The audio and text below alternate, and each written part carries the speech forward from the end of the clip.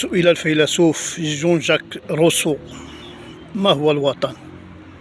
فأجاب: الوطن هو المكان الذي لا يبلغ فيه مواطن من الثراء ما يجعله قادرا على شراء مواطن آخر، ولا يبلغ فيه مواطن من الفقر ما يجعله مضطرا أن يبيع نفسه أو كرامته.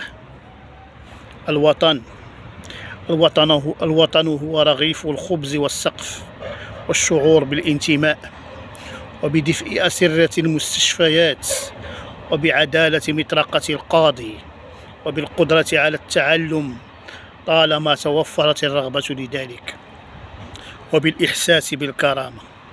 ليس الوطن أرضا فقط، لكنه الأرض والحق معا.